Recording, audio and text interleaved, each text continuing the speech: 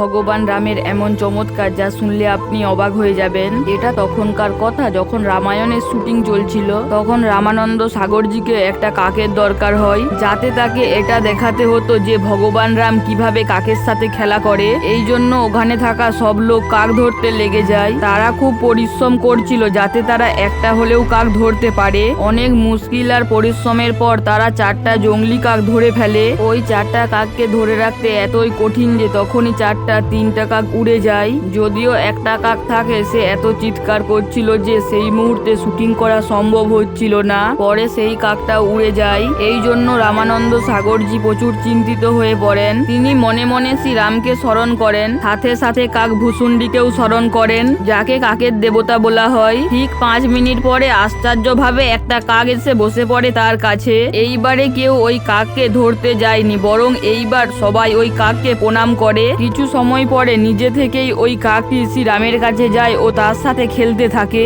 তারপরে তাদের শুটিং সম্পূর্ণ হয়। ভগবান রামের এই রকম চমৎকারের জন্য কমেন্টে জয় শ্রীরাম অবশ্যই লিখুন।